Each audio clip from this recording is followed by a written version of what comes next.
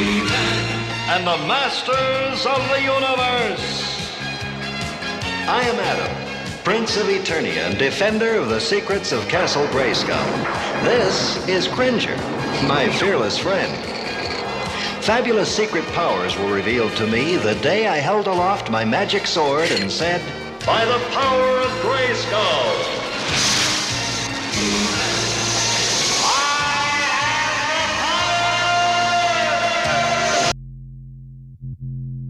And here we go. It's the comic book bullies. Man, you come right out of a comic book.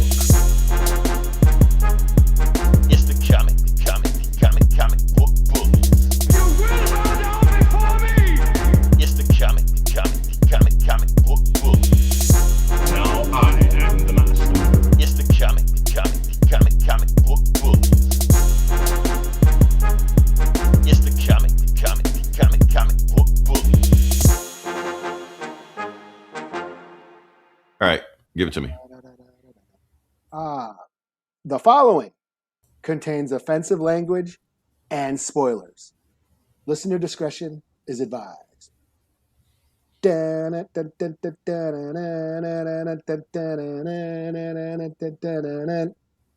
Mother, father, gentlemen. No?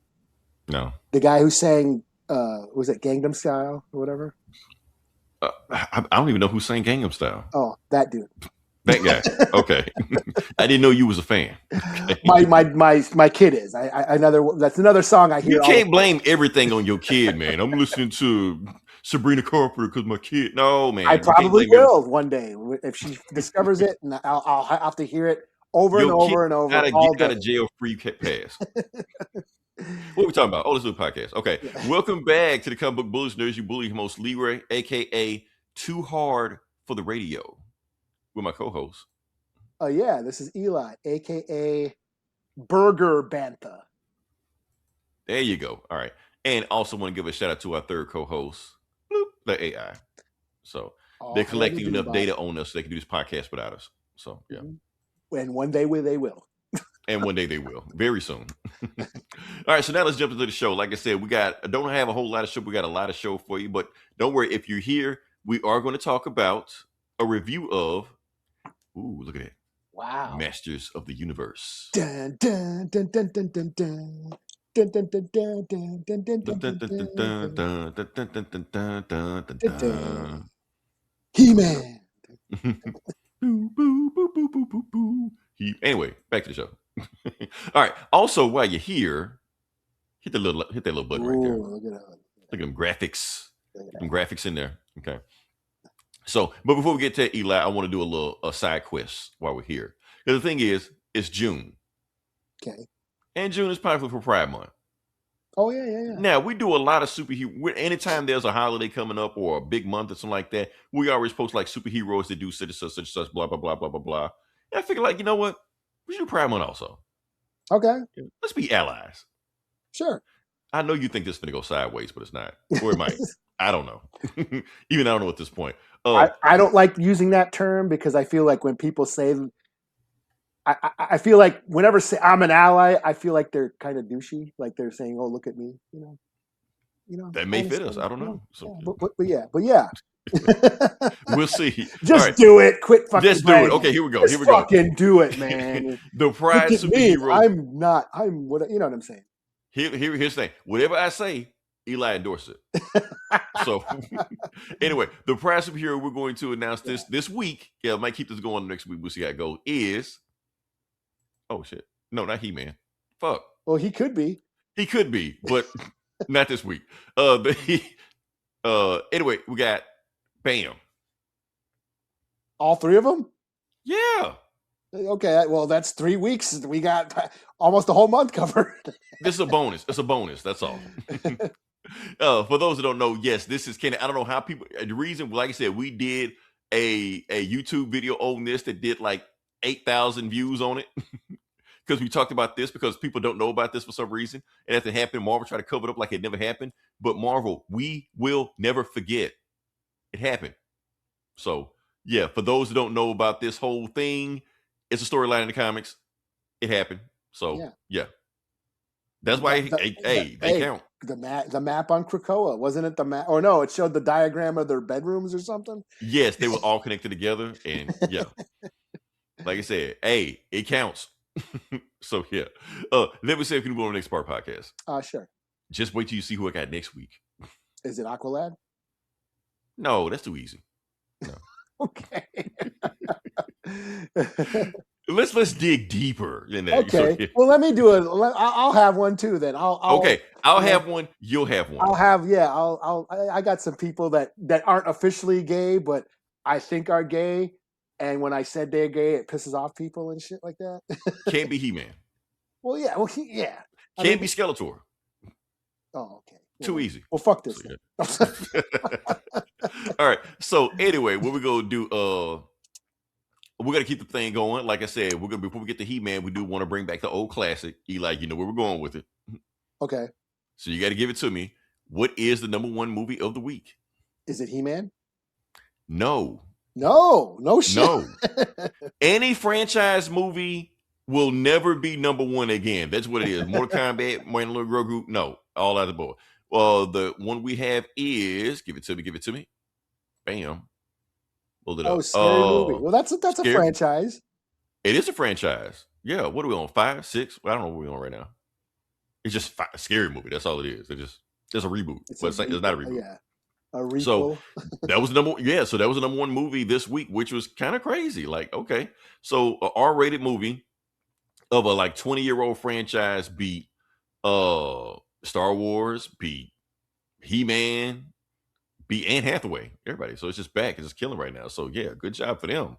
Of course, Backrooms and Obsession is still hanging in there. Also, the two indie Gen Z horror movies that we made from YouTube directors, stuff like that. 150,000, yeah, or 150 million, 135 million, yeah. That's just this week. No, Obsession is killing right now. Yeah. Here's the thing about Obsession. Obsession was supposed to be on digital already, but it's killing at the box office right now. They pushed it back. Yeah. Yeah, but you know what hits digital today? What's that? Mortal Is a Kombat. movie? Oh, Mortal Kombat. Yeah, they already pulling out the thing. Like, yeah, we're good. I was thinking about watching that the new RZA movie, but I didn't get. What RZA movie? He's got that. Was it something about a cup of chocolate or some shit? Yeah. No, I thought about checking it out, but let me know. Do a review, and we'll circle back. Okay.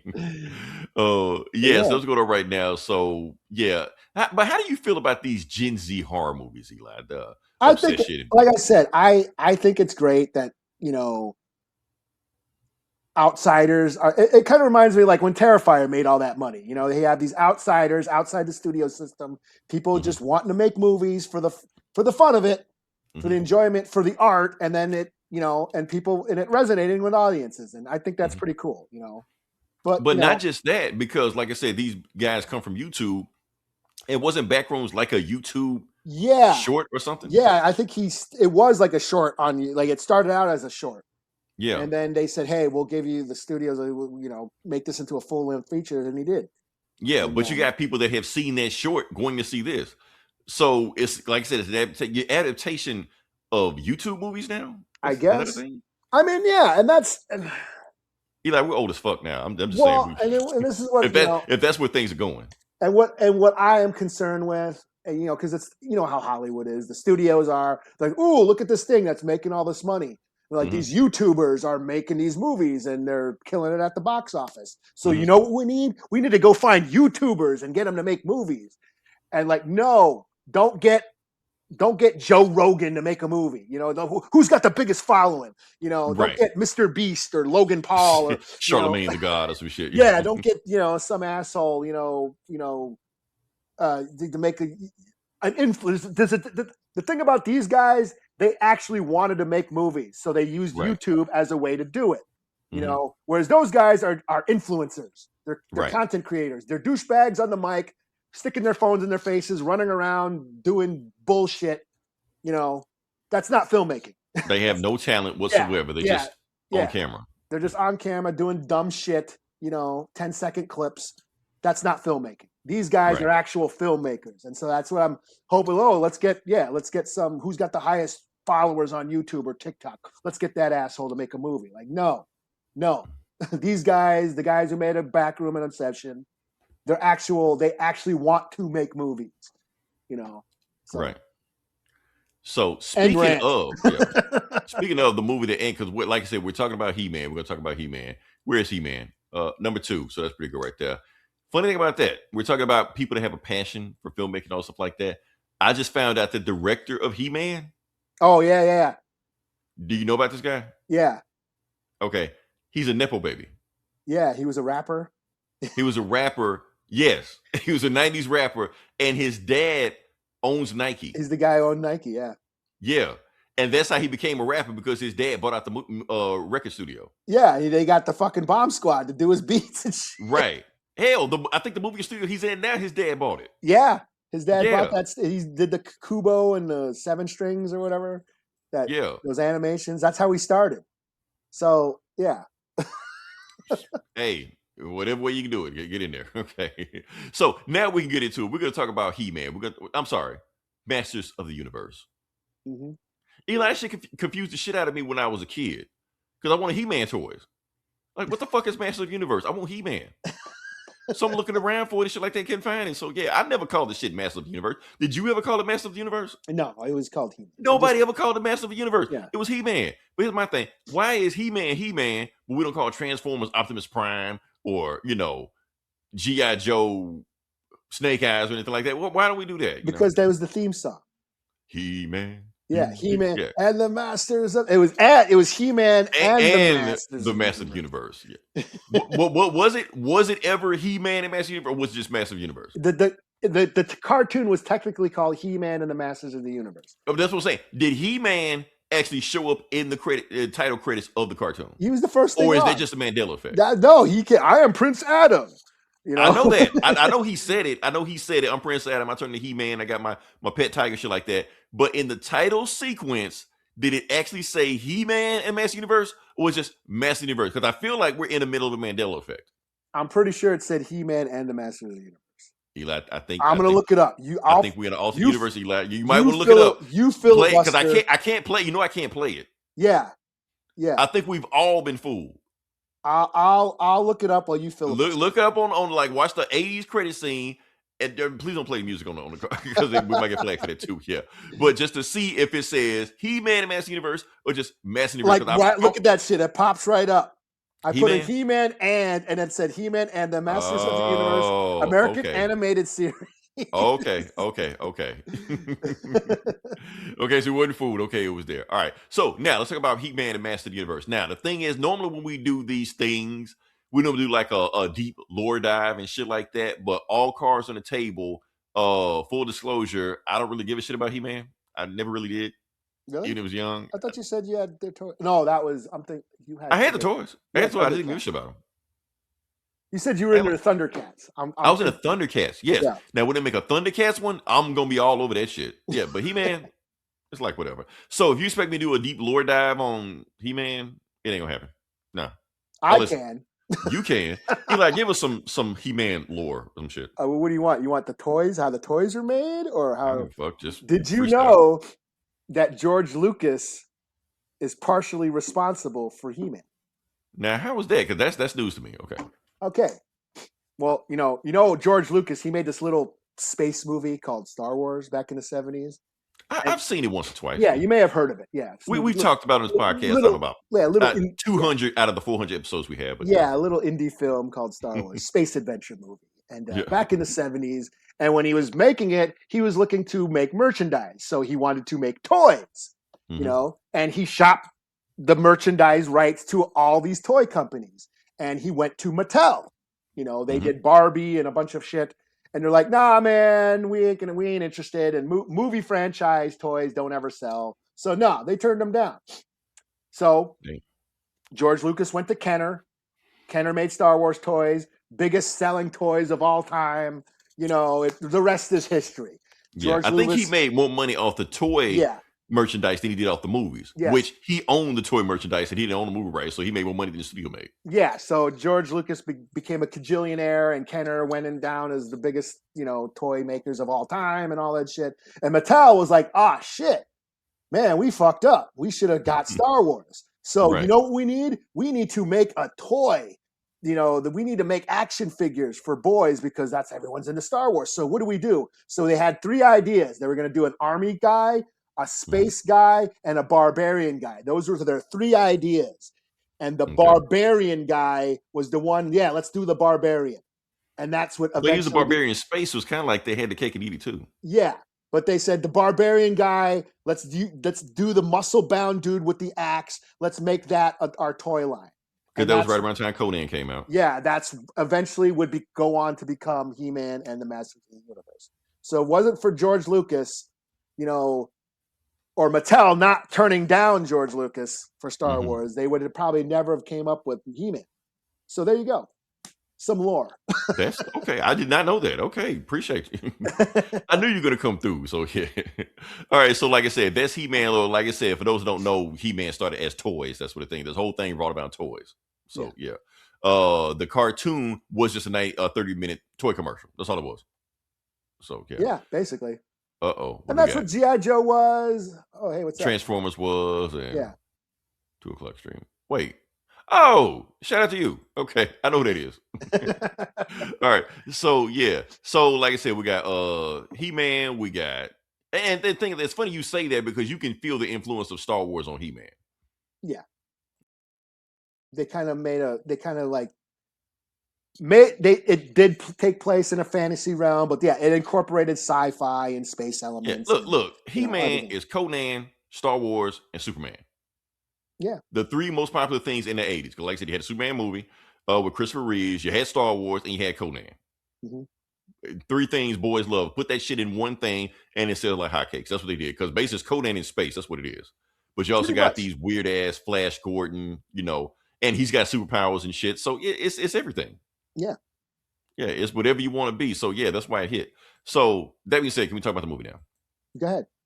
Okay. You kind of saw it, not really saw it, but you did see it. I didn't see it. I didn't go to the theater to see it. They're uploading everything to TikTok, so I saw a bunch of clips on TikTok. So that Which kind of these sort days, that's how we all watch movies. yeah, I kind of sort of. I guess I could say I saw it. They're Close uploading. enough.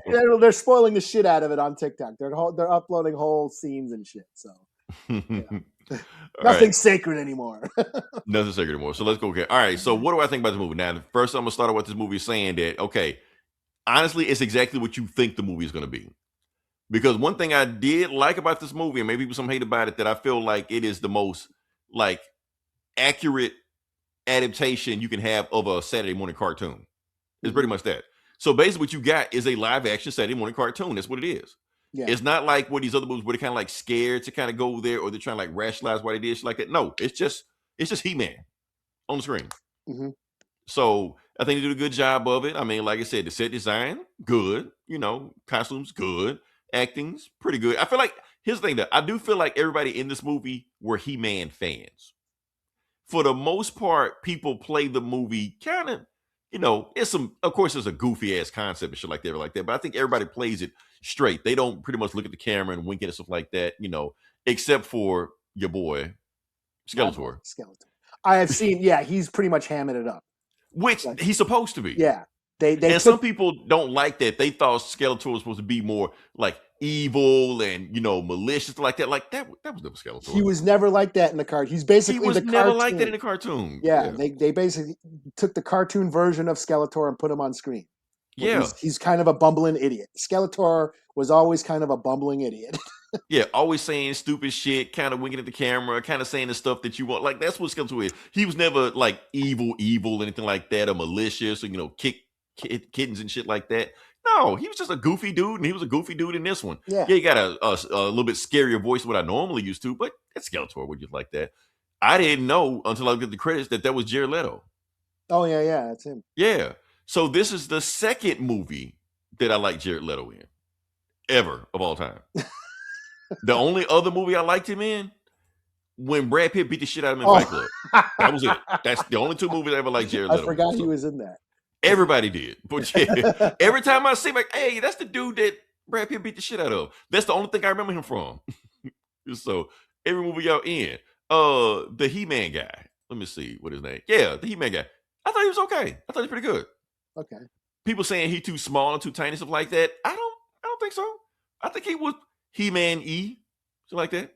You know, He-Man E. I thought he was like that. You know, like I He-Man. mean, first off, when he was Adam, walking around Adam with the pink shirt on, like his muscles were popping out the shirt, which is kind of hilarious to me because he's acting like this weak ass, you know, pussy punk bitch like that. I'm so weak like that, but you could tell the dude is swole.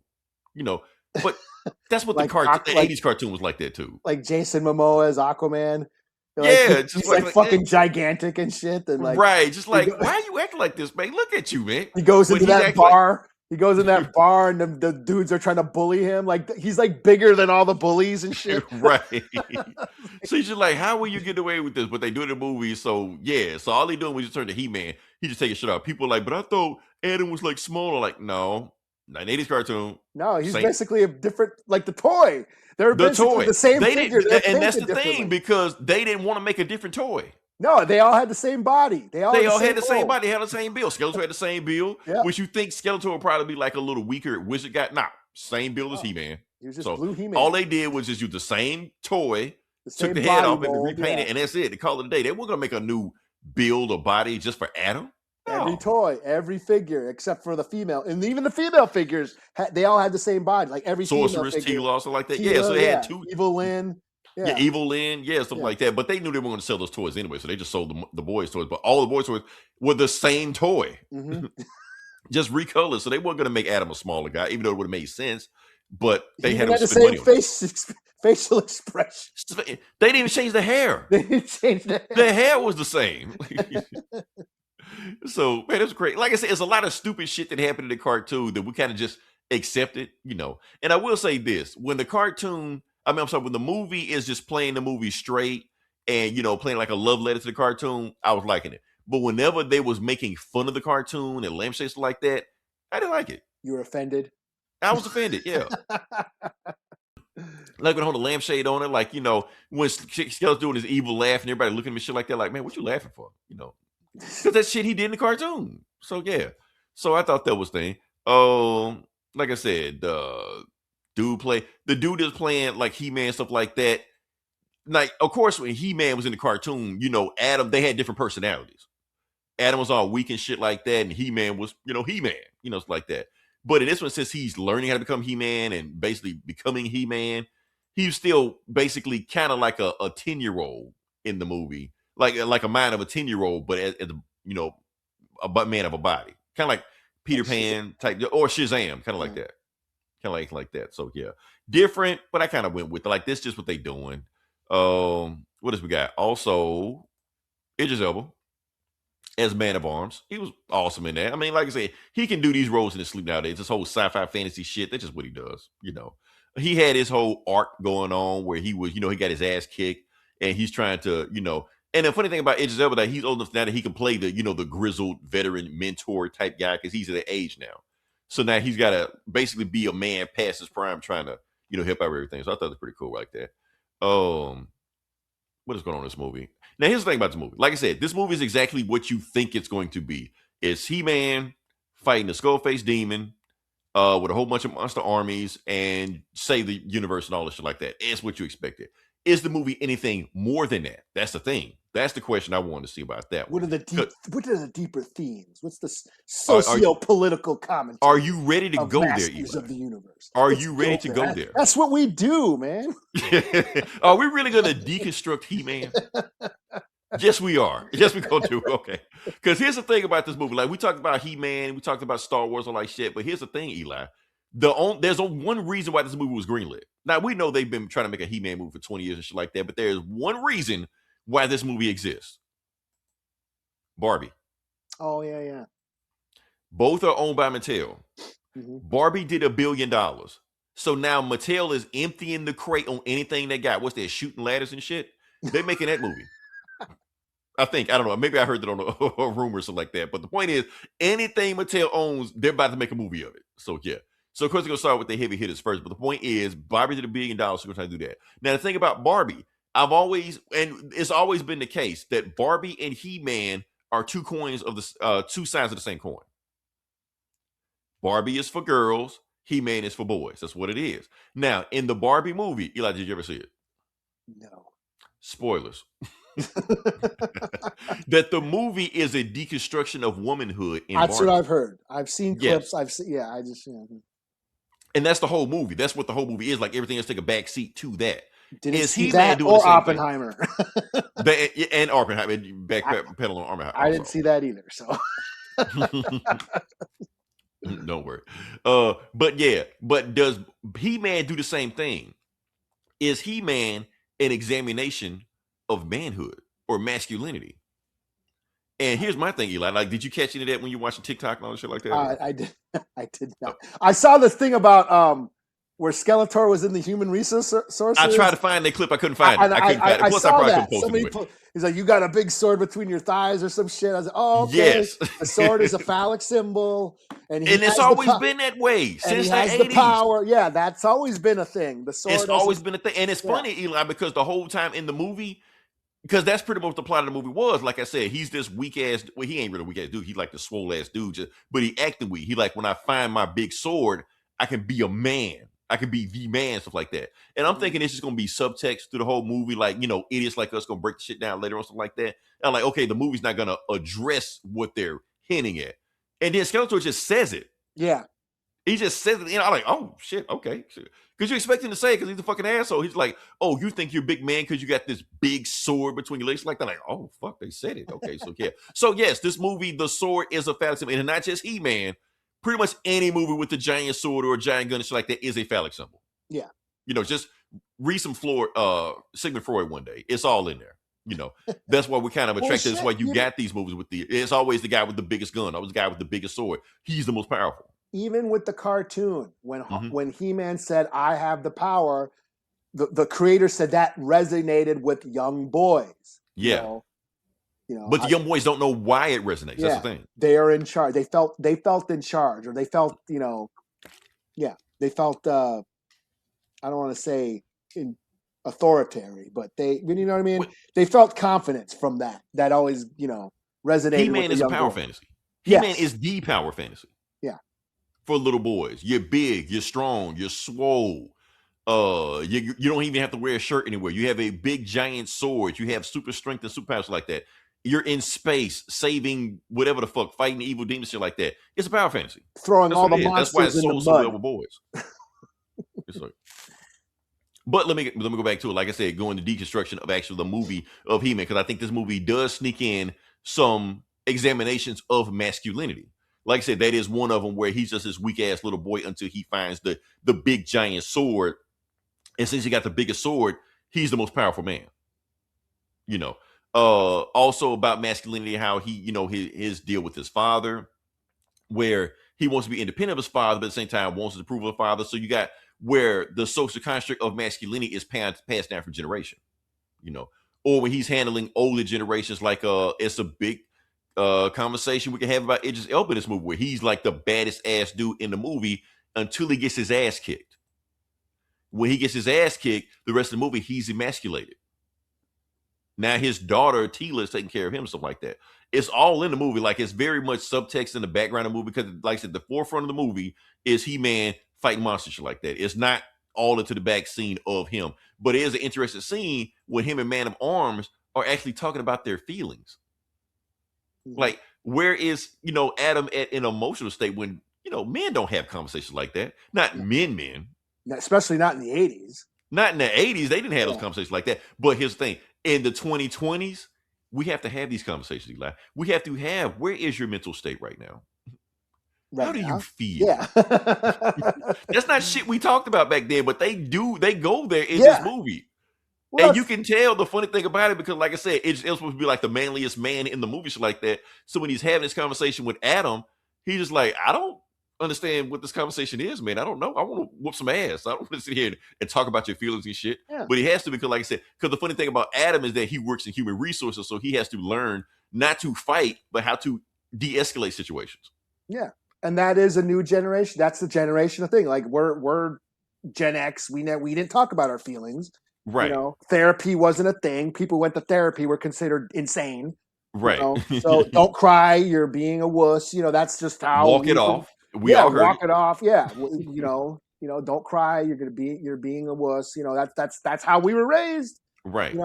And this new And the crazy generation, thing about it, like our parents, our dads were even tougher than that. yeah, You yeah, know, and their dad was tougher than that. I've yeah, seen my granddaddy like dress down my dad left and right over some shit he did, you know. So yeah. like, wow. So it's like each generation, I'm not gonna say gets less masculine, but I think I think Gen X is the kind of bore the brunt of the boomers to mhm, make so we just don't give a shit. That's why we let the millennials and alpha and Z or whatever, all these other generations, just like whatever, who cares? Do what you right. want. And that's what I did notice about my kids. I noticed Mhm. like this younger generation, yes, they are very much into discussing their feelings and their emotions. Which we And did not do we that did shit. not do We that. still don't do that We shit. still So don't do that. They like right. doing that shit. They like their coworkers. Like it's weird. Yeah. Hang out with them after they work. they The like fuck? they like hanging out with their coworkers and shit. It's a weird No. thing. Right. So like when I clock out, I don't know you. Yeah, fuck off. Yeah. And so it's a weird thing. Like I said, it's very much in the background of the movie, and most people won't pick up on it because they just want to see just the action shit like that. But it's there. The movie addresses this stuff, and just like we talk about masculinity, Skeletor represents toxic masculinity. Yeah. Because, Yeah. like I said, he's Skeletor. Like I said, he pretty much abuses Evil Lynn anytime she's on screen. I saw that scene. I was like, holy shit. Yeah, I saw somebody uploaded that scene where she's telling him, you got to take the sword to Castle Grayskull.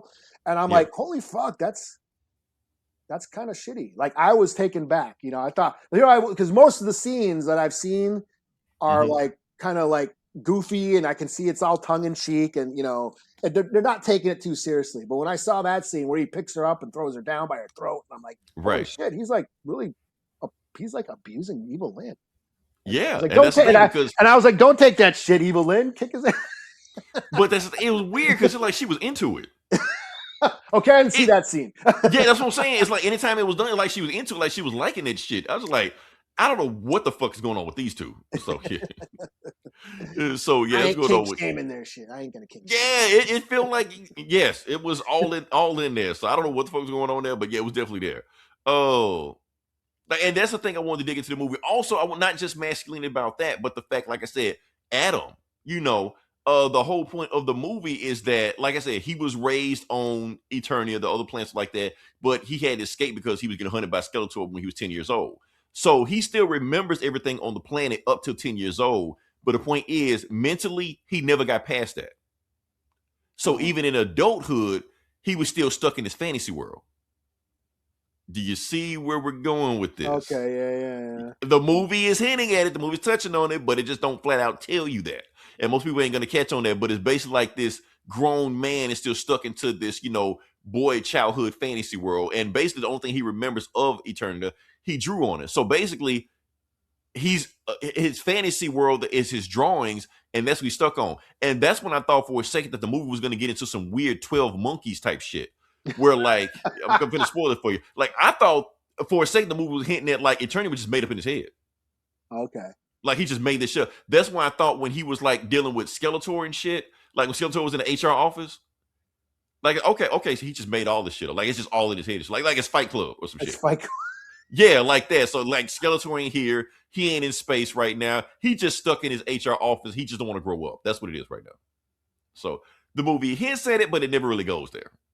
But it basically saying that, you got to make a choice. Because the boss was telling like all this weird fantasy nerd shit you got like that, cut the shit out of him and fire your ass. So he has to choose between fantasy world and adulthood. Like they basically has an ultimatum in there. And I thought, there's a whole lot of interesting stuff in there, man. But the movie just hints at it. They, like where Barbie, all that women shit, front of the movie. The plot took a back seat.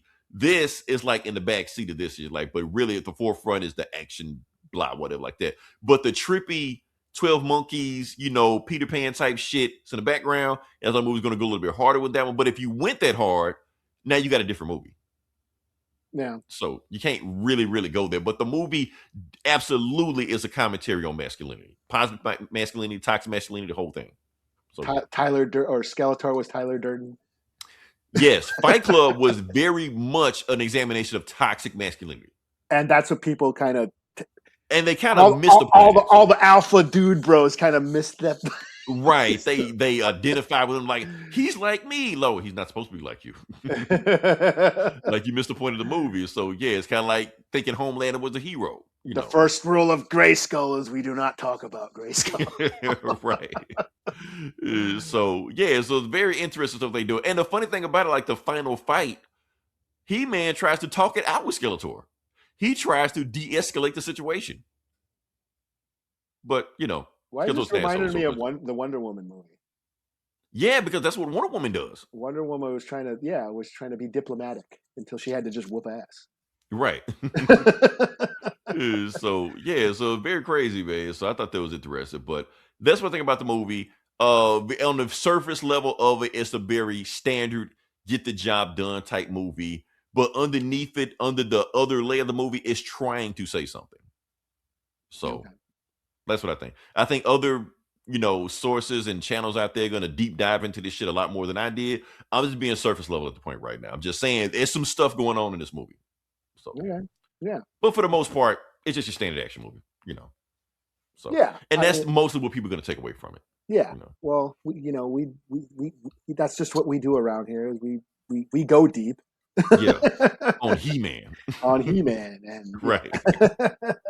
But what else I got? But yeah, I think that's all the notes I got, man. I think that's all. So you had He-Man toys? I did have He-Man toys. I had no choice but to have He-Man toys. But I only didn't had- really care for them. Like Oh. Transformers, I love. Thundercats, love. What's another one I love? Of course, Teenage Mutant Ninja Turtles, love that. Didn't care for G.I. Joe because they were cheaply made. Anytime I had a G.I. Joe toy, they always tore up. So because my G.I. Joe toys tore up, I hated the cartoon. I just related to it. So, yeah. No, I always wanted He-Man toys, but I never got them. I remember somebody it was either my birthday or Christmas, somebody got me Man at Arms, and I thought that was the shittiest figure. I think I had Man of Arms. I had Man of Arms. I had He-Man. I think I had Castle Grayskull, like the whole castle. Yeah, I wanted all that shit, but I never got them. I did watch the cartoon every day. It came down every day after school. So yeah, I watched it. Yeah. I wanted them, but I just never got them. I had a friend who had all that shit. He had Castle Grayskull and all the figures, and he was kind of an asshole. He wouldn't let me play with them and shit. Like I'd go over to his house and shit, and we'd be hanging out, and he'd say, "Hey, you can stay here and watch TV. I'm gonna go upstairs and play with my He-Man toys, but you can't. You can by myself." Well, like, okay, dick. well, you better than me because I had a cousin came over and would like tear my Thundercats, like rip the heads off and shit like that. So yeah. Yeah. To this day, I hate him. So yeah. Yeah, we all had that cousin that fucking Right. sucked with toys. Right. Like, why are you doing it, man? Just to be an asshole for no reason? Okay. All right. So that's all I got. Okay, can I slap a rating on it and be done with it? Yeah, go ahead. Okay. 3.5 out of 5. Okay. That's like I said, it has some surface layers stuff going underneath it, but for the most part, it's just if you watch the cartoon, it's the live action version of that cartoon. One thing I did like, okay, you know how all the characters in He-Man got these weird ass names like Man at Arms and Trapjaw and shit like that. So how did they get their names in this movie? Like, dude, and the thing is, he calls them in this movie. So the thing is, like I said, they're all drawings he has in his folder, but he remembers what they look like, but he can't remember their names. So he just calls them whatever. You're Man of Arms, you're Mechanic, you're Trapjaw like that. And for some reason, when he calls them that, the name sticks. They just call themselves that. You're Fisto. You're Fisto. You fist people. Like, okay. You're and they just calls him that because he just called him that. Man, yeah. Yeah. And his name is He-Man because he's like, that's the name I gave myself. I'm He-Man. I'm a manly man. So yeah. Stinkor or Stinko. What was his name? Stinkor? Stinkor, yeah. Oh, and you talking about Orko. Yeah, Orko. I saw that. Yeah. Orko was a after credit scene. I saw that because that was in the cartoon where there was always a lesson. Yeah. After every cartoon, like same thing with G.I. Joe. Mm-hmm. There was always. I think that was mandated at the time. They had to have you couldn't have a cartoon without a lesson at the end of it. It was the because it had to be educational. Yeah, it was the Reagan era. So that was how they got around it. Like it had to be educational. Okay, throw some bullshit at the end of it. Now no one's half the battle and shit. So yeah. Yeah. So there was always a lesson to be learned after every episode of He-Man, and I saw that. Yeah, which I did appreciate that because the message Orko gave was the theme of the movie. And nowadays, Eli, people don't pick up on themes of movies and meanings of movies like that. So he basically told you what the movie was about. at the end of It's just a movie. it. Right. Don't get all woke with it. Oh shit. But yeah, from what I've seen, the scenes that I've seen on TikTok and that they've been dumping on the internet, it does seem like a leave your brain at the door type of movie. It very much is. It's He-Man. It's the Yeah. cartoon. Yeah, Yeah. it sounds like if you're a fan of the cartoon, if you're a fan of the toys, you'll probably like it. And I've enjoyed what I've seen from those clips. And yeah, I mean, I still want to see it. Like, I wanted to see this movie more than Star Wars, which is weird as fuck to me. I'll put it like this. I like this better than Mandalorian Grogu. Did you see that? We reviewed it. No, we didn't. I didn't see it yet. Oh, wait. Did we? That must have been the week we took off. Hold up. No. I thought we did that. No, we never reviewed, man. I didn't see the movie. No, we didn't. You're right. We did take off the week. Okay. Why do I think? Okay, that's a Mandela effect. Okay. I'm thinking about a whole episode we never did. So yeah, I saw Mandalorian Grogu. I like the movie better than Mandalorian Grogu. So I can do a review of Mandalorian Grogu since we didn't talk about it. Very briefly. Oh, so you saw it? You did see it? I did see it. Yeah. Okay. Yeah, because I was going to talk about it. I had notes and everything before we never did it. So yeah. Yeah, then my internet went out. So that's why I thought we did it, but we never did it. So yeah, very brief. The reason I like this movie better than Mandalorian Grogu, because Mandalorian Grogu was actually a really fun ass movie. But the point is, there was a 30-minute segment where the movie just dies. Not interesting at all. I'm just like, oh shit, please end. And I can tell you what it is, when you see it, you'll know. You'll know exactly what I'm talking about. So He-Man didn't have any dead spots like that. He-Man was pretty much an enjoyable movie the whole time. Where Mandalorian Grogu has some higher end spots where it was funner, but like I said, but you had that dead end spot which is like, fucking end. And it was a little bit too long for its own good. I know, it's like 2.5 hours and shit. I saw like, Also, I think that He-Man is more of a kid's movie. I like they're rated PG-13, but it really could be rated PG, then it's fine like that. Where I think Mandalorian and Grogu kind of fucked up. Because, like I said, you got this little cute green magic baby on the cover of the movie, and you got a whole bunch of parents and kids going to see, let's go watch Baby Yoda, just like that. But the movie opens up with the Mandalorian setting space Nazis on fire. So, a lot of parents saw that shit, and actually a lot of them just left. Like at the opening scene, they're like, I didn't come to see this shit. So it had tonal shifts in Mandalorian Grogu, and that's the main problem of that movie, where it didn't know what it wanted to be or who it wanted to market itself to. That's the problem. And the movie had no identity. Where He-Man knew what it wanted to be. It was He-Man, a live action. That's what it was. Cartoon. Where Mandalorian Grogu was kind of all over the place. So you'd be like, okay, this is fun. This sucks. That's pretty much what Star Wars is. Pretty much Star Wars is. So yeah. That's what Star Wars is now. It's kind of fun, but it also sucks. Right. And that's Mandalorian Grogu. Mandalorian Grogu is the sum of Disney Star Wars. Yeah. Yeah. Sometimes it's cool, sometimes it's not. Yeah. And that's that movie. So yeah. Yeah. Well, I'll give a rating on He-Man on judging by give your TikTok rating on He-Man. So judging by the scenes that I have seen. Yeah. Of He-Man, I will give it a 5 out of 5. The fuck? Okay. An 8 out of 5. Swords, phallic symbols. Power sword. I saw they're showing dude, I don't know. It wasn't the effect to the extent of Minecraft, but I've seen theater, people are just bringing their phones in the theater. And filming shit, but they're showing people rate when he did the I Have the Power. This motherfucker, did they have sword popcorn buckets and shit? Because they're raising their. Everybody had swords in the theaters and shit. And maybe they brought them. I don't know. I didn't. Yeah, and I've been been going out to the stores looking for He-Man toys, and I've only seen a couple of figures, like He-Man and Man at Arms. I don't want any of them. But I want the villains. I want Skeletor and Trapjaw. Trapjaw and yes. And I want a sword. I would like to have a sword. I want a power sword. You want a giant phallic symbol? Yeah, man. Hell yeah. Because give me my confidence and shit. Because that's what I need. Freud would have a field day with you, but okay. Yeah, that's what it means to be a boy. Right. Yeah. Oh shoot. Okay. Can we move on to the next part of the podcast? Yeah. I think we spent enough time on He-Man, but yeah. Yeah. All right, now let's talk about the video game section. Video game section, we'll talk about it because a whole bunch of video games dropped this week. And I'm just gonna talk about them. Just talk about them. See what we got. First one we got here is Boot. Okay, this one. Come here, you. Okay, so like I said, the one of the games that dropped we got coming out is Wolverine. Oh You yeah, know, yeah. looks pretty good. It kind of looks like every PlayStation game, Uncharted, and Last of Us, all that stuff, but you just more bloody and you kill people and shit like that. Matter of fact, this is a mission in Uncharted. This is like directly ripped from Uncharted. So yeah.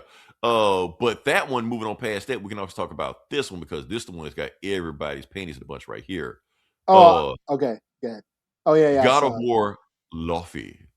Mhm. Yeah, that one. Also known as, well, I won't say what it's known as. Let's just say a lot of people on the internet have been, well, they've been exactly what you expect. Like I said, it's a God of War movie, a God of War game, not starring God of War, starring a woman. So the internet acting exactly, completely calm. The internet is interneting and shit The internet is as interneting. usual. Yeah, God of War Lawfee. They're like, a woman in a God of War game. I don't want to play as a woman. Like, oh shit, here we go again, man. First off, it's Kratos' wife. It ain't just some random ass chick in the movies like that. This is fucking wife. Like it's like Loki's mother in the game. That's why she's in there, stuff like that. Plus, all of it is supposed to bridge the gap from going from her from going to Norse mythology to other magic, because basically she like wakes up in hell and shit like that, and she like meeting other gods like Egyptian gods and all the other kind of gods, stuff like that. She got to fight like him, you know. So I think it looks pretty. I think it looks pretty cool. It looks pretty cool to me, but It expands the story, shit like that. Jack Quaid is playing that bubble, that cube, whatever. Why? Oh, okay. I don't know why. Huey the Cube. Yeah, boy, shit's diabolical. So yeah, so that's what's going on with that. So I just like I like to say, look, but here's the thing, I can't play any of this shit. Oh, it's on PS4 or whatever, or PS5. Yeah, because remember I made that report a while ago where PlayStation 5 put out a mandate where none of the games coming to PC anymore. Oh, that's right. Yeah. Yeah, so Wolverine's not coming to PC. God of War Live, and the other God of War games are on PC. The other two, I have them right now. I can play them. I may stream them. I don't know. But God of War Lofty, not coming. So how the fuck I can't even complete the games? What the fuck are you doing, PlayStation? That's how they get you, man. So everybody pissed off something. So yeah. Yeah, I haven't played a God of War game since like the PS2. So. Oh man, those are my favorites. I love those games. So, yeah. Yeah, but like, and these games play differently. I don't like them as much as I did the other PS2 games like that, but still, I want to play them. So I like to have that option. Also, another game that was announced. Let me see if I fuck this up. Yeah, Hey. I saw that trailer. Yeah. The Last Ronin. Okay, yeah. So, like I said, this is based on the Teenage Mutant Ninja Turtle comic that we reviewed. Eli, that's my next project. That was our one of our books of the year that year. Yeah, it was like every book that came out, we combined together, it was a book of the year. That was like every book that came out was a 5 out of 5 rating for us. Yeah. We loved it. It was awesome. Eli, you'd be surprised how many people don't know anything about the story. Oh yeah. Well, they were supposed to make a movie that they dropped, so I'm glad they did. Okay, yeah. I'm gonna say why. Because the story that we got in The Last Ronin, I don't think the general public is ready for that. Or R-rated Ninja Turtles movie, I don't think the general public is ready for that. Yeah, they still want like the Nickelodeon toy level. They want He-Man. They want Cowabunga, dude. They want Cowabunga, dude. They want He-Man. That's what they want. So when you see a Ninja Turtles movie and it ain't He-Man and they're like cutting heads off and shit like that, like it's gonna be like Mandalorian and Grogu. Oh, let's get the fuck out of here. I think they were cute little turtles. There's only one turtle left. Yeah, everyone's dead. Yeah, all the rest of them got killed and shit like that. Don't say who it was, Eli. Don't say who it was. Oh yeah, that was the the impact of that story. It was finding out who it was. We didn't know until the end of the first issue. They didn't tell us. Yeah. It's so sad. Yeah. It was actually sad. Great fucking book. I got it in hardcover. I went and bought the hardcover collected trade. Eli, that is my next project. After I finish what I'm doing right now, I'm gonna find those old. We're not gonna redo it. Don't worry. Oh, you're talking about our reviews? Okay. Yeah, we've already done it, so I'm just gonna find them. Okay, yeah, and consolidate them. Yeah. And so don't worry, Yeah. I'll take care of it. Don't worry, I'll take care of it. But Alright. yeah, like I said, this awesome, but a good or bad thing on the people that are making this game. Platinum Games, the same people that made Ninja Gaiden 4. Some people like that game, some people hate that game. I liked it. It wasn't good as the other Ninja Gaiden games, but it's better than the worst Ninja Gaiden games. So it's like somewhere between. But that gameplay is fun. Either way, you know. Yeah. Like I said, they just made a Ninja game. Yeah. Just make that same game with the Ninja Turtles. Yeah. Just have Ninja Turtles cutting off heads and shit. Hell, it ain't Like- even Ninja Turtles. Just a Ninja Turtle. It's just one Ninja Turtle. Yeah, like the comics were. They did that in the old Mirage comics. Were very Yeah. violent. Yeah, that's what I'm saying. Eli, they're not ready for the Mirage comics. That's what I'm saying. They want the 80s cartoons like they said, the Cowabunga shit. They don't want Mirage. Yeah, the 40-year-old comic they're not ready for. Right. 40-year-old comic. The one that's based off Frank Miller comics and shit like that. Like, you know. Daredevil and shit. Right, Daredevil and shit, yeah. Oh shit. So yeah, that's what we got. Like, that's what I got on the video game. So can we move on to the next part of the podcast? Yeah. Okay. Like I said, it's coming. No. Oh Is that yeah, what we I'm got this is the sandwich. We're gonna this is why the you talk me into tasty this? morsel. This is the Why this did you is the, talk me into this? this is the pickle or the banana pepper or the jalapeno in the sandwich. Okay. Give me just a second, because now that I just thought about that. Let me see. Okay, so the thing is, I'll go ahead and announce what I'm going to talk about right now. That we were supposed to do an interview, and I announced the interview last week, and people were waiting on me to do the interview. I was like, hey, we're going to do an interview. I'm going to have some people over here. We're going to do a whole panel, stuff like that. We're going to dig deep into this issue that's going on right now. And I didn't get a chance to do it. The reason they get a chance to do it, and I don't even think I told you why I didn't do it. Well, I thought Okay. because they canceled the whole campaign or whatever the fuck. They canceled the whole campaign the day before they announced it. Yeah. So yeah. So the campaign we're talking about, and I'm gonna throw this graphic up right here. There you go. The campaign we're talking about is DC Blackout. So there was a whole campaign going on right now called DC So White. That was the whole campaign right there.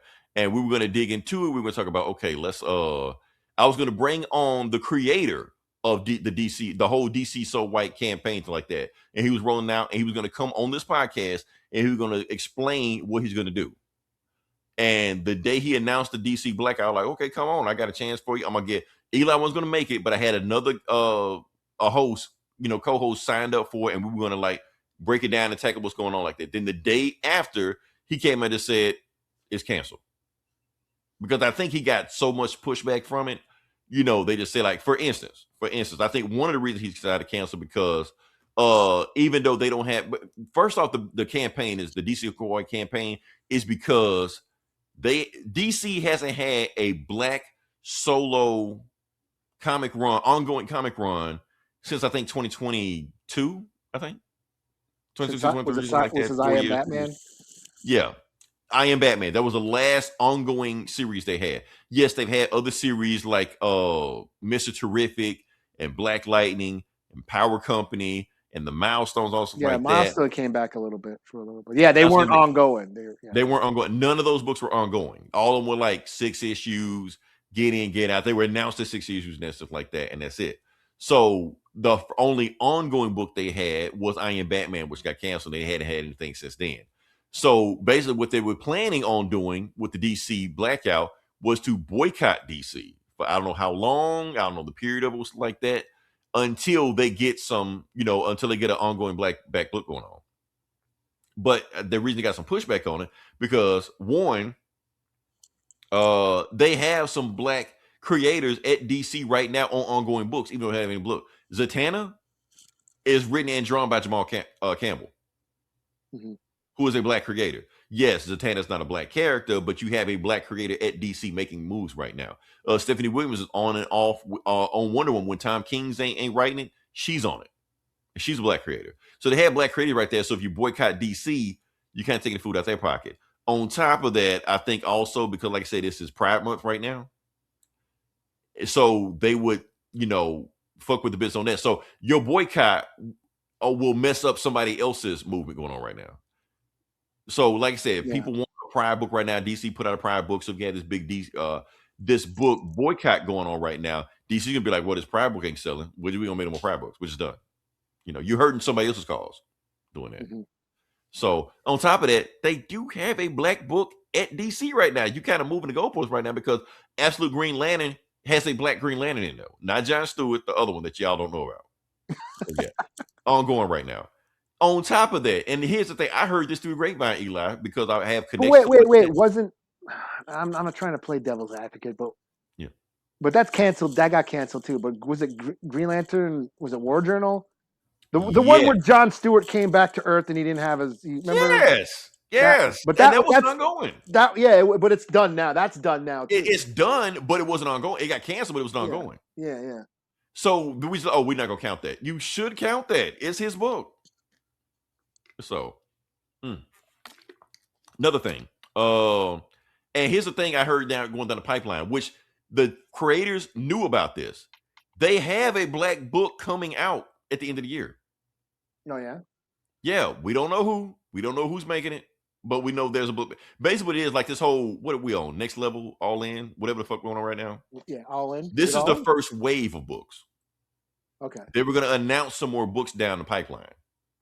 They just haven't announced yet, and one of the books was going to be a black superhero. Who it is, I don't know who it is, but the point was they were going to bring out a black one. They knew about it, and they started to black out anyway. Because I'm liking like the Black Illuminati, Eli, that you don't know about. I hear things. So I heard through the grapevine that this whole blackout thing right there, these guys were having conversations with DC directly. They have a pipeline with them, and DC was telling them all this stuff, and they decided to go with the boycott anyway. I probably shouldn't be telling you all this stuff, but I'm gonna tell you anyway. So yeah, that's going on right now. So honestly, if we did have the debate, it was going to be a full-on debate. I was going to have a lot of pushback on them. The co-host I'm going to have to replace you, Eli, was going to have to pushback. I'm pretty sure if you were here, you were going to have to pushback too. Oh yeah, like wasn't that guy the guest? Yeah, you were going to have guests. We were going to have guests. I was going to have a panel to talk about this because it was a big deal going on right now. Wasn't the other guy who like owned a comic book store? Yes, because this would affect him directly. Yeah. So you're telling people not to come to his comic book shop? That's what you're saying? Yeah. And he's a black comic book owner. Yeah, and comic book stores are struggling. Right. So you want to make them struggle some more. Yeah. So anyway, we got off topic. Can we move on past that? Because I didn't. This is the reason I didn't want to go this route. But yeah, I mean, and yeah, I understand the boycott. I understand it, and and like yes, it's an issue that should be addressed. You know, we would all like to see more diversity in comics. We all want to see ourselves. Oh, hold on. Let me get on. I'm gonna get on camera. Oh, here I am. Oh, yes. You know it's serious now. I'm not black, but I ain't white either. But yeah, I'm Native American, and yes, I would like to see more natives in comics, which are very scarce. So, boycott for me, like I guess a boycott would just instead of not buying comics, I would say just focus on what you want to see. There's plenty of Native American creators out there doing comics. There's plenty of black creators out there doing comics, indie books. Go see. I put that energy in going seeking them out and supporting them instead of like, hey, we're not going to buy anything. You know, that's and a lot of people were saying it like find the creators that are making stuff.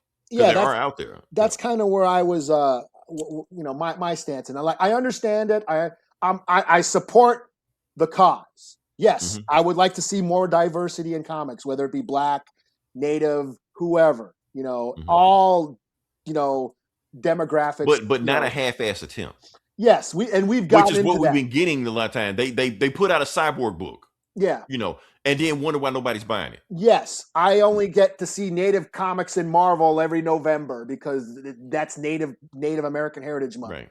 So or gay character every June. Oh, June, yeah. They always wait. We see their diversity characters pop up in their selected months, and that's it. And then we don't hear from them for the rest of the year. We would like, and then they pat us in the back like, "Well, we did our job." Yeah, that's it. Like, no, you didn't do your job. Yeah, see, we're diverse. See, Now here's the thing: like we've said this stuff before, and anytime we say this stuff, we can compare it to the other people.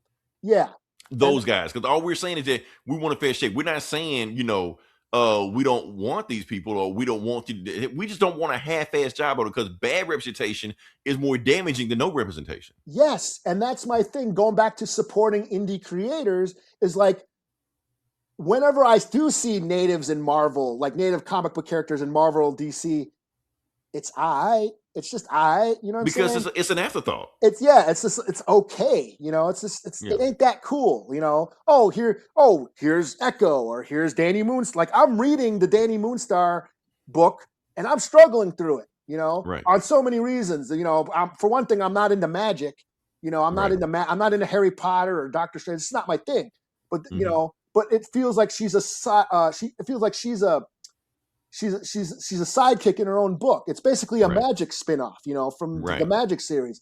So, but I'm struggling through that. So, like, whenever they do include Red Wolf or Warpath, it's just okay, you know. So, if I want to see, like, you go support, you know, there's plenty of Native American comic book creators that are out there that have their own characters that are telling Native stories that I want to see.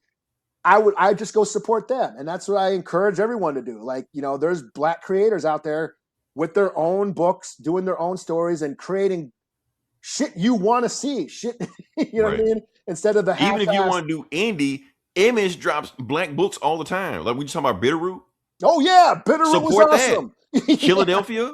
Yeah, Shit. Philadelphia is awesome. Yeah, so there's books out there. Yeah. Yeah, Earth Divers. Excuse me. Let me get Yo. a drink. Yeah, there's plenty of indie authors that are from BIPOC authors, or Right. BIPOC creators out there doing books. You don't got to wait for the big two to give you a handout. That's what it feels And like. let's be honest, the books that they're putting out, the big two could never do. Yeah. They could never pull these books off. That's it. So you're gonna get this from an indie creator.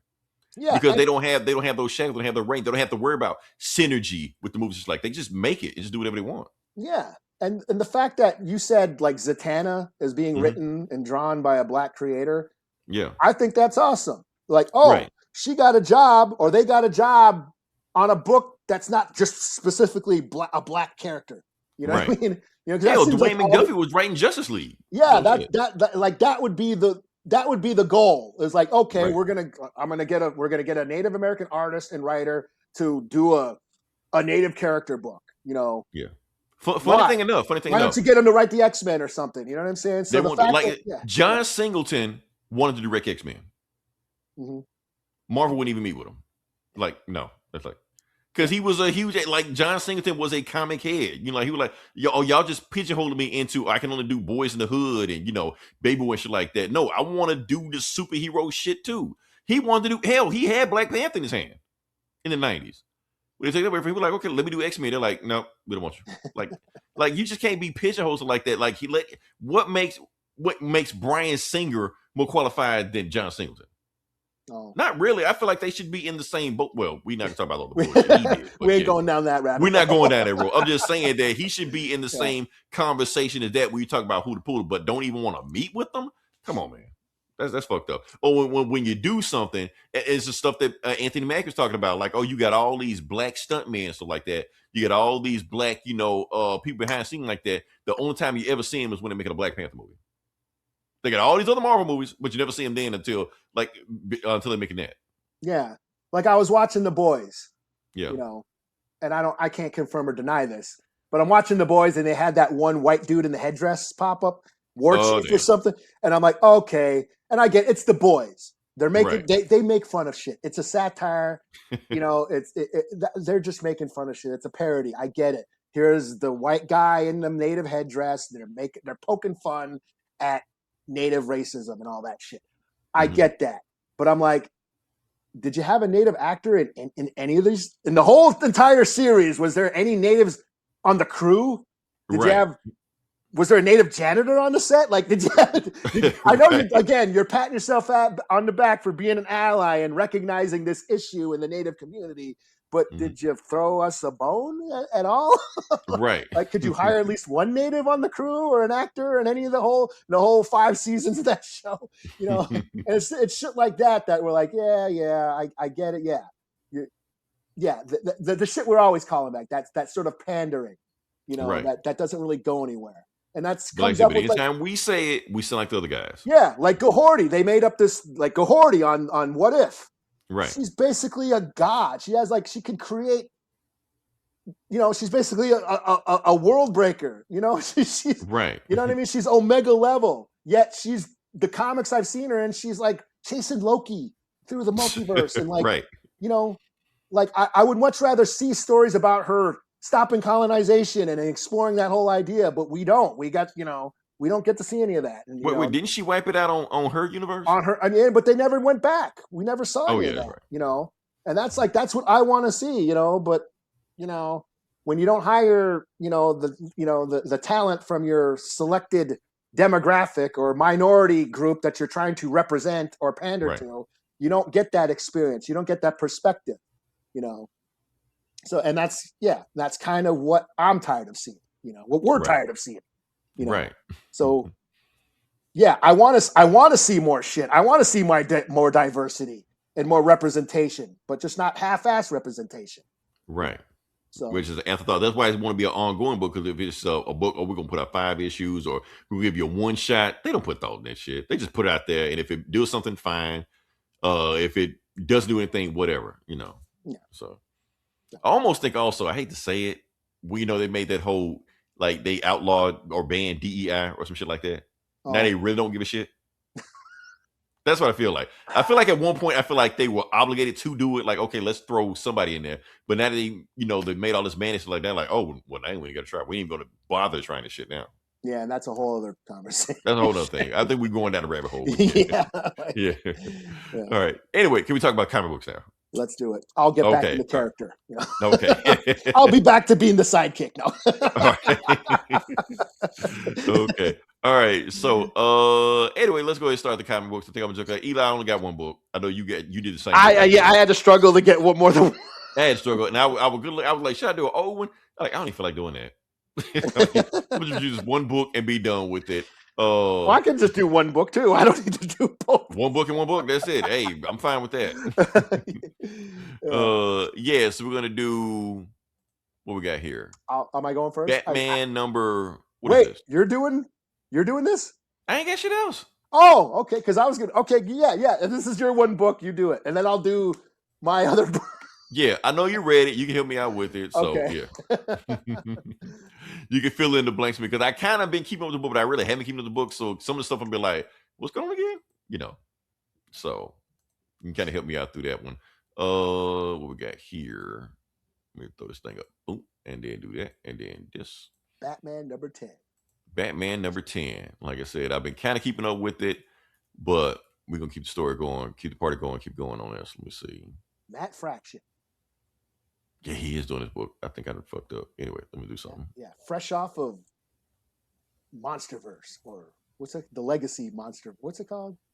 Was he on it? Was he doing it? Yeah, he was one of the writers and creators on it, wasn't he? Really? What's that show called again? Monsterverse or Monarch? He was on that? Yeah, he was like one of the creators and writers and producers and shit. Yeah. Well, shit. Okay, I didn't know. Yeah. Okay. I take it you didn't watch the credits, huh? I didn't. Once that shit was over, I cut that shit off fast. Anyway, Batman number 10. We're gonna talk about it. Like I said, Vandal Savage is hunting down the Bat family, and Batman is here, still doing shit. So yeah, let's get to it.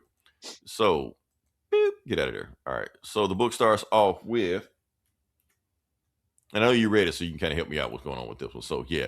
So the book starts off with them talking about basically what happened in the last book, and Damon is on the phone with Stephanie telling her, yeah, we burnt down Wayne Manor.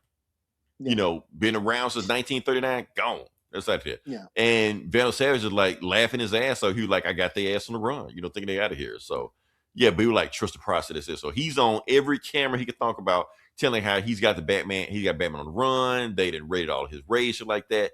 They just stole his hard drives. We know everything. We're going to crack his hard drive, find everything about the Bat, and basically just people walking around. He's walking around in Gotham PD, and he sees Gordon.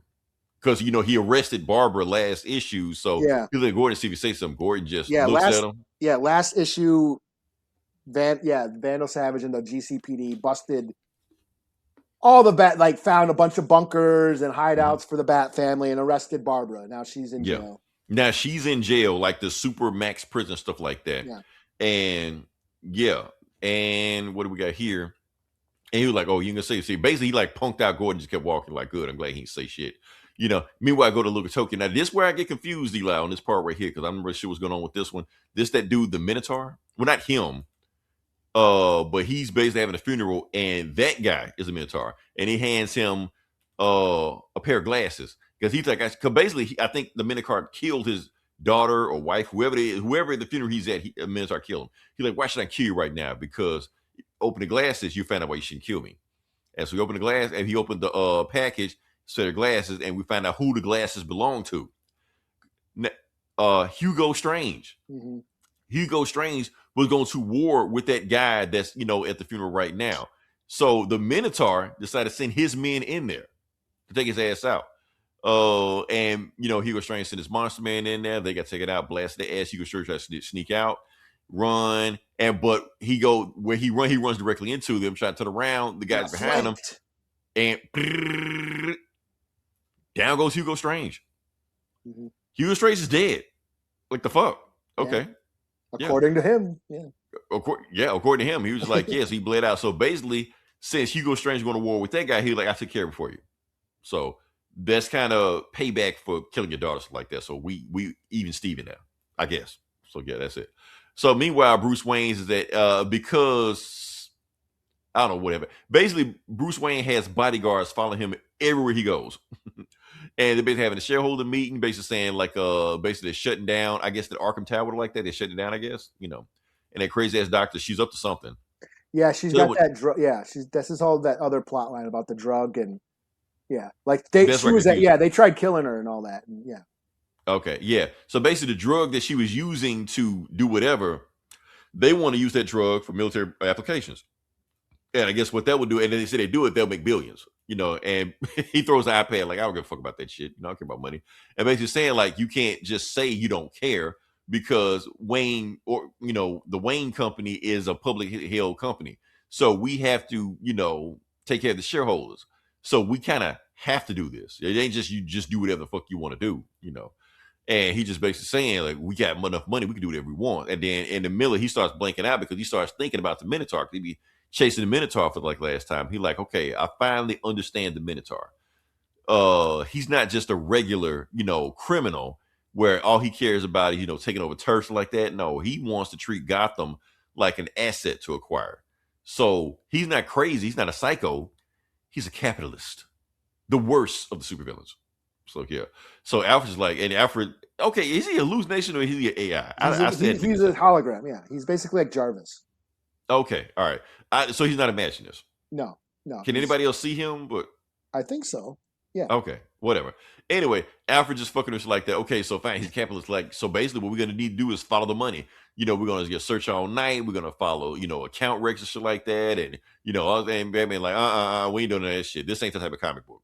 We're not gonna sit here and investigate all that. You know what? I thought of that shit when I was reading that. Yeah, that's exactly what it felt like. Like, no, we're not gonna do this shit. Because that's another critique we've had about Batman is like, okay, Batman, Bruce Wayne could do a lot more better than Batman beating up folks in the hood. But who wants to read? Easier than just follow the money of where the Minotaur's going. Yeah. Like, nah. Who wants to read a book about Bruce Wayne raising, fundraisers and charities? Or even hunting down account records and shit. We don't want to read that shit. Yeah. So, like, nah, fuck that shit, man. I'm gonna go beat some ass and shit like and that. That's what he does.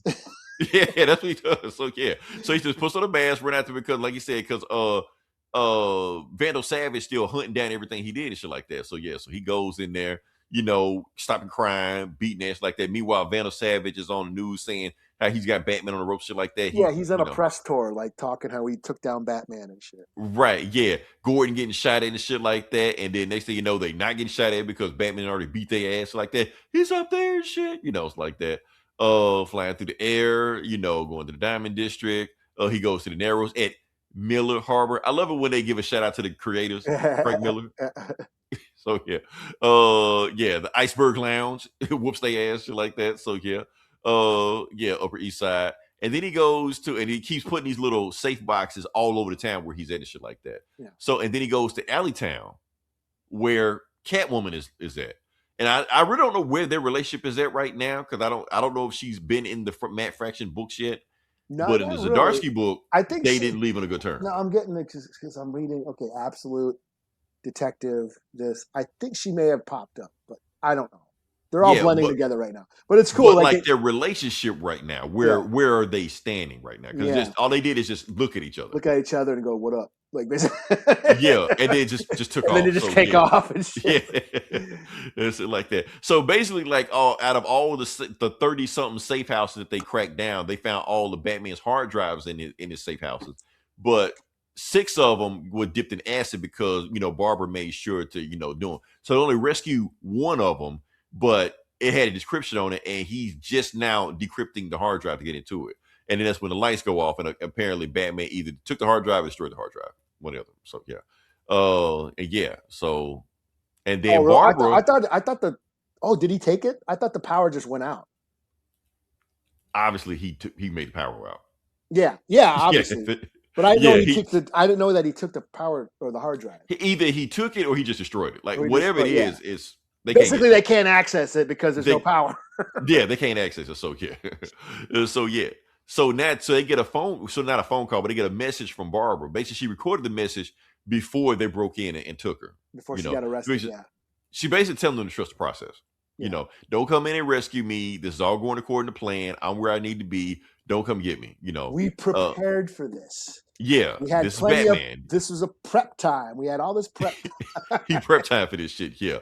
So then he gets a news reporter what's going on, so like that, and he's basically pissed off like that, and all those safe boxes that they open up because apparently Barbara helped Batman with this thing right here, and all safe boxes open up and shit start popping out like little drones. I guess stuff like pop out, and what it is the new. Hold up, here we go. Come on. Here we go. The big reveal. Bam. The new bat signal.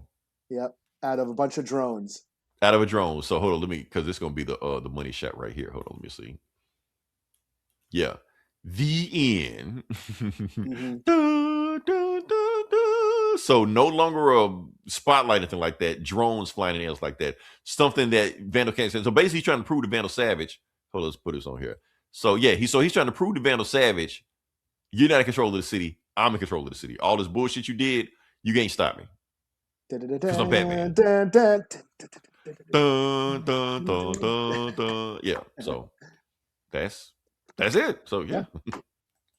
Yeah. So Batman's whooping ass the whole book. I guess he'll do all that forensics, searching for the accounts like that in between books when we're not paying attention. Yeah, there'll be an exposition dump on a page or two. Yeah, when we open the next book, he's like, "Oh, I found out where the records are coming from." So yeah. So he'll save us from all that bullshit. So yeah, I like it. The one thing I like about Matt Fracture's run is that Gotham feels alive. Gotham feels like its own place. Like you can visit Gotham, like this. Like he keeps naming all the cities like that, and a few of these streets he's named before, and they're exactly how they were. He's always been good at pacing. Yeah, like how he paces a comic, which is why it's so sad. Why Monarch was so fucking boring. Right. He should have made it a comic. That's what it is. Maybe he should have made it a comic. I think that's just our bias talking, but still. Overall, I'm still getting the book a 3.5 out of 5 because it still felt like filler. It's a filler issue. It was supposed to. It's a filler issue, but it's cool. I had fun with it. So yeah. I'm having fun with the world that Fracture's built. It's Batman. We know Batman, but I'm just feeling this world that Batman. I'm sure by issue 12 is going to be the big giant finale because when you think about the trade, this is issue 10. Yeah. So the big fight's going to start next issue, and then it's going to end on 12. And I like how you just kill Hugo Strange like nobody gives a shit. Yeah. Does anybody ever give a shit? I'm just saying you think that'd be a big deal? It's like nobody cares. Yeah. Like that would be like the last panel or some shit like that. Like the mayor of Gotham got the last panel when he got killed. Hugo Strange got killed in the middle of the book and nobody gave a shit. Anyway, moving on past that. What else you got? Well, it's Jeff. The Jeff the Shark. Okay, okay. Yeah, like it was a light week, man. There was like nothing I was into, nothing I was reading. Like I could find. I'm glad you found this because I couldn't find anything. I was like, I don't know what to read. There was nothing else. Nothing on my pull list came out. I'm trying to think. Was this like the 5th week? The 5th week is always some shit. But this is the first week, right? It's the first But week it of came June. out on Wednesday of last week. But that was June No, this week. 3rd, right? What's today? Sunday? Monday? Oh It came out yeah. like June 3rd or June 2nd or some shit. Oh yeah. So why does this week suck so bad? I don't know. I don't know. Yeah, like none of the books that I'm reading came out this week. You know. That's a mystery. Yeah. So I read Jeff the Shark. It's Jeff or Brand New Week or something. It's so it's Jeff the Shark, everybody's favorite new Marvel character. Because they're Marvel rivals and Marvel rivals and shit. Yeah, and it's basically Jeff the Shark on Coney Island. He's at the beach. He's at and what's that? Ken, that little octopus. What he's not an octopus. He's a Kevin, I think. Ken or Kevin. Okay. Is it Ken or I think it's Ken. I'm not open my Jeff Landshark lore, so yeah. Oh, hey, thanks for listening.